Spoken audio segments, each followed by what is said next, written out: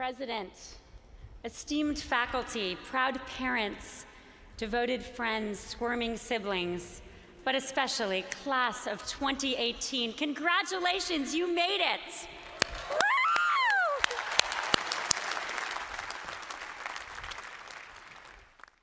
It wasn't always easy. You plowed through 4 years of problem sets. You conquered the snow of 2015. You survived way too many weekly Wednesdays at the Muddy Charles and learned this important life lesson. There's no such thing as a free chicken wing. Today, you are graduates of one of the most revered technical institutions in the world. The Harvard people tried to get me to say most revered institution within a 2-mile radius. I said no, but you're soon going to find out how persistent alumni associations can be. Just ask the class of '68. They've been to more fundraisers than you've eaten chicken wings. One thing I remember from graduation is that feeling of turning one corner and not being able to see clearly around the next. For someone like me who, yes, very annoyingly, started studying for finals the first day of the semester, that was unsettling. Graduation was the first time in my life where the steps were not clearly laid out. I remember the feeling of excitement and possibility mixed in with just a teeny amount of crushing uncertainty. If you know exactly what you're going to do for your career, raise your hand. There are always some. That is impressive. I did not. I didn't know where I would fit in best or contribute most. These days, when I need advice, I turn to Mark Zuckerberg, but back then, he was in elementary school. I was sure of only one thing. I didn't want to go into business. And it never even occurred to me to go into technology. I guess that's a warning for those of you who put your hands up. Certainty is one of the great privileges of youth. Things won't always end up as you think, but you will gain such valuable lessons along life's uncertain path. And the lesson I want to share with you today is one I learned in my very first job out of college, working on a leprosy treatment program in India. Since biblical times, leprosy patients were ostracized from their community to prevent the disease from spreading. By the time I graduated from college, the technical challenges had been solved. Doctors could easily diagnose leprosy. It shows up as skin patches on your chest, and medicine could easily treat the disease. But the stigma remained, so patients hid their disease instead of seeking care. I will never forget meeting patients for the first time and extending my arm and watching them recoil because they were not used to even being touched. The real breakthrough didn't come from technicians or doctors, but from local community leaders. They knew that they had to erase the stigma before they could erase the disease. So they wrote plays and songs in local languages and went around the community, encouraging people to come forward without fear.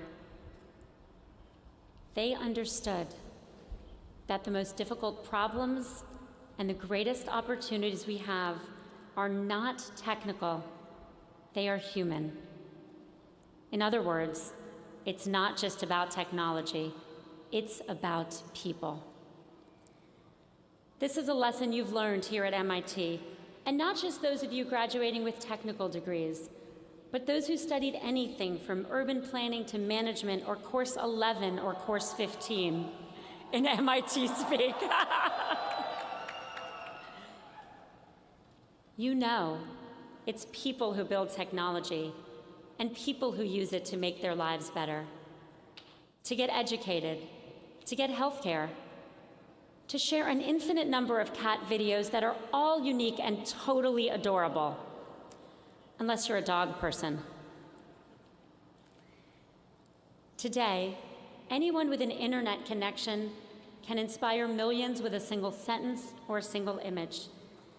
That gives extraordinary power to those who use it to do good, to march for equality, to reignite the movement against sexual harassment, to rally around the things they care about and the people they want to be there for. But it also empowers those who would seek to do harm. When everyone has a voice, some raise their voices in hatred. When everyone can share, some share lies. And when everyone can organize, some organize against the things we value the most. Journalist Anne O'Hare McCormick wrote about the impact of new technology. She said we had created the ultimate democracy where anything said by anyone could be heard by everyone.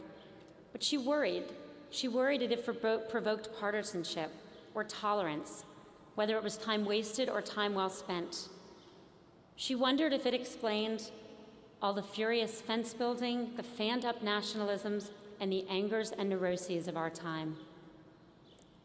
She wrote this in 1932 about the radio. And by the way, she was the first woman to win the Pulitzer Prize for journalism.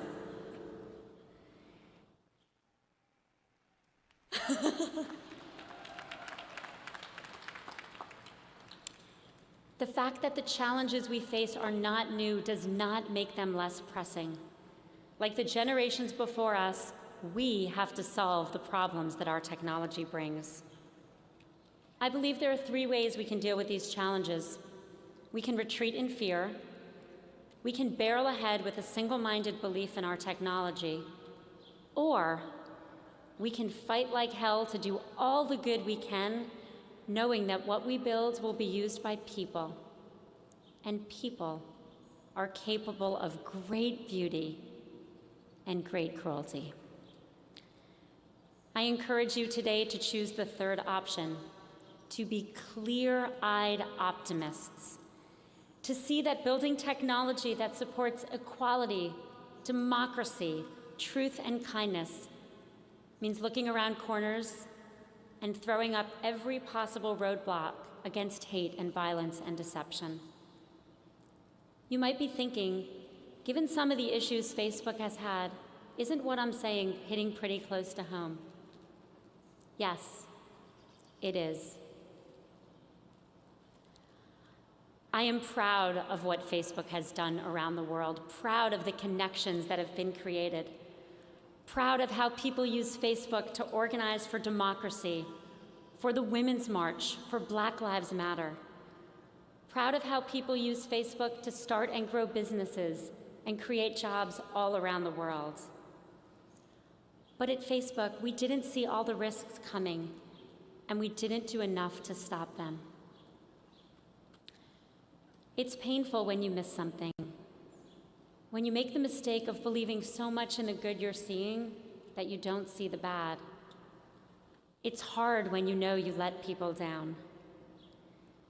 In the middle of one of my toughest moments, Michael Miller, the former superintendent of the Naval Academy, kindly reached out to remind me that smooth seas never make good sailors. He's right. The times in my life when I have learned the most have definitely been the hardest. That's when you will learn the most about yourself. You can almost feel yourself growing. You can feel the growing pains. When you own your mistakes, you can work harder to correct them, and even harder to prevent the next ones. That's my job now. It won't be easy, and it's not going to be fast, but we will see it through. Yet the larger challenge is one all of us here must face. The role of technology in our lives is growing, and that means our relationship with technology is changing. We have to change too. We have to recognize the full weight of our responsibilities. It's not enough to be technologists. We have to make sure that technology serves people. It's not enough or even possible to be neutral. Tools are shaped by the minds that make them and by the hands that use them. And it's not enough to have a good idea. You have to know when to stop a bad one. This is hard because technology changes faster than society. When I was in college, no one had a cell phone. Today, there are more cell phones than people on Earth. We are in one of the most remarkable moments in human history, and you will not just live through it, you will shape it. Many of you will work on technologies that will change the world. You will connect the rest of the world, create new jobs and disrupt old ones, give machines new powers to think, and give us the means to communicate in ways we haven't even thought of. We are not passive observers of these changes. We can't be. Trends do not just happen. They are the result of choices people make. We are not indifferent creators. We have a duty of care. And even when with the best of intentions you go astray, as many of us have, you have the responsibility to course correct. We are accountable to the people who use what we build, to our colleagues, to ourselves, and to our values. So if you're thinking about joining a team, an NGO, a startup, or a company, ask if they're doing good for the world. Research at that other school down the river shows that we become more creative when we ask, could we? And we become more ethical when we ask, should we? So ask both. Know that you have an obligation to never shy away from the good, from doing the right thing, because the fight to ensure that tech is used for good is never over. To make sure that technology reflects and upholds the right values, we have to build with awareness. And the best way to be more aware is to have more people in the room with different voices and different views. There are still skeptics out there when it comes to the value of diversity. They dismiss it as something we do to feel better, not to be better. They're wrong. We cannot build technology for equality and democracy unless we have and we harness diversity in its creation. More people with more diverse backgrounds are working in technology than ever before and graduating in your class than ever before. But our industry is still lagging MIT. Even the newest technologies can contain the oldest prejudices. Our lack of diversity is at the root of some of the things we fail to see and prevent. It's up to all of us to fix that. People like me and people like you, everyone graduating today and all the graduates to come. So continue the example you have lived at MIT. Continue to engage with people outside your discipline, your gender, your race. Talk with people who grew up in different places, who believe different things, who live and worship differently than you do. Talk with them. Listen to them. Get their perspectives as you have done here, and encourage them to work in and with technology too. To all the current and future educators here today, let's reform our educational system so we give everyone the opportunity to learn to code. This is a basic language now that needs to be taught in all of our schools so that more people have a choice. When some kids learn it and some kids don't, that creates an unequal playing field long before people go into the workforce. And to all the future leaders in tech, that's you. Know that you have a chance to right wrongs, not reinforce them. Tech institutions can be some of the strongest voices for progress in the workplace, but we can always do better. Encourage your employers and policymakers to ensure that everyone, and that includes contractors, earns a living wage. Fight for paid family leave with equal time for all genders, because equality in the workplace will not happen until we have equality in the home, and because no one should be forced to choose between the job they need and the family they love. Give people bereavement leave, because when tragedy strikes, we need to be there for each other. And build workplaces where everyone is treated with respect. We need to stop harassment and hold both perpetrators and enablers accountable. And we need to make a personal commitment to stop racism and sexism, including the expressions of bias that become commonplace and accepted instead of rejected and fought. I want you to know that you can impact the workplace from the very day you enter it.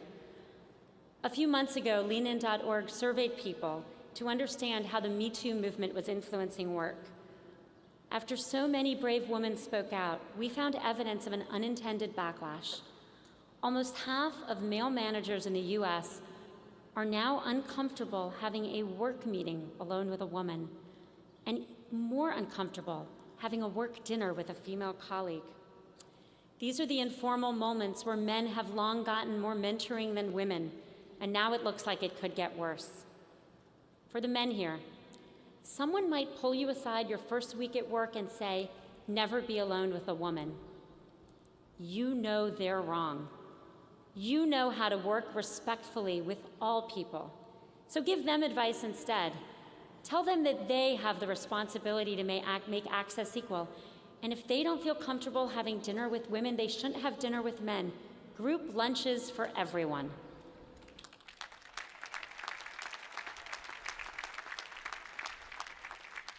In one of my early jobs, I had a boss who treated me quite differently from my 2 male team members, and not in a good way. He spoke to them with kindness and respect, but belittled me very publicly. I tried to talk to him, but it made it worse.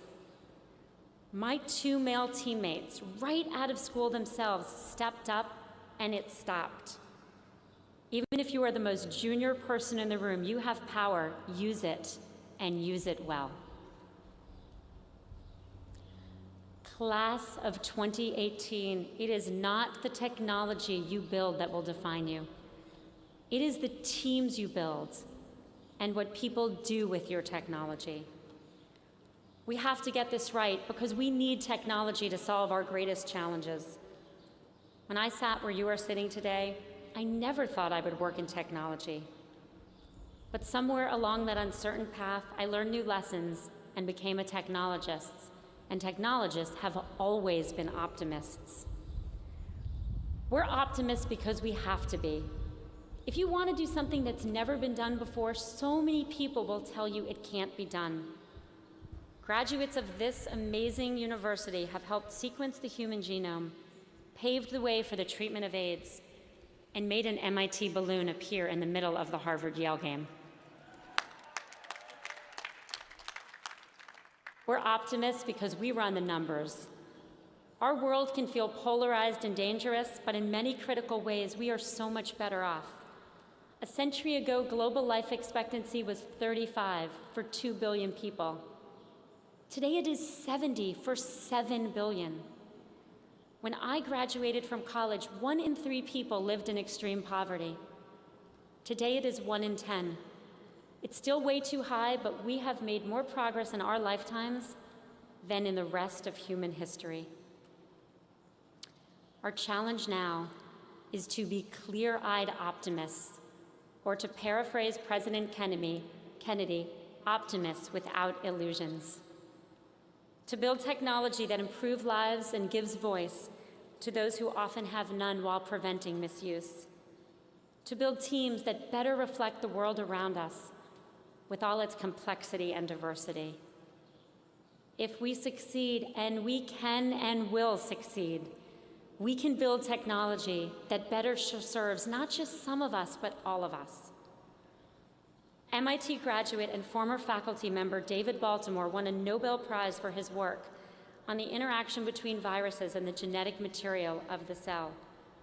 But before that, he helped bring biologists, lawyers, and physicians together to debate new gene editing technology.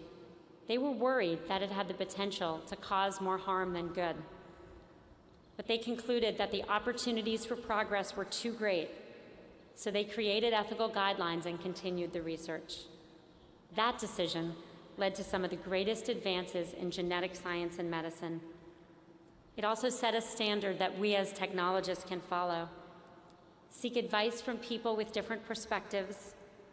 Look deeply at the risks as well as the benefits of new technology. And if those risks can be managed, keep going, even in the face of uncertainty. Class of 2018, you are now graduates of one of the most forward-thinking places on earth. You will have tremendous opportunities, and you will be highly sought after. You will use what you learned here to work on some of the most critical questions we face. I hope you use your influence to make sure technology is a force for good in the world. Technology needs a human heartbeat. The things that bring us together and the things that bring us joy are the things that matter the most. The future is now in your hands. Congratulations!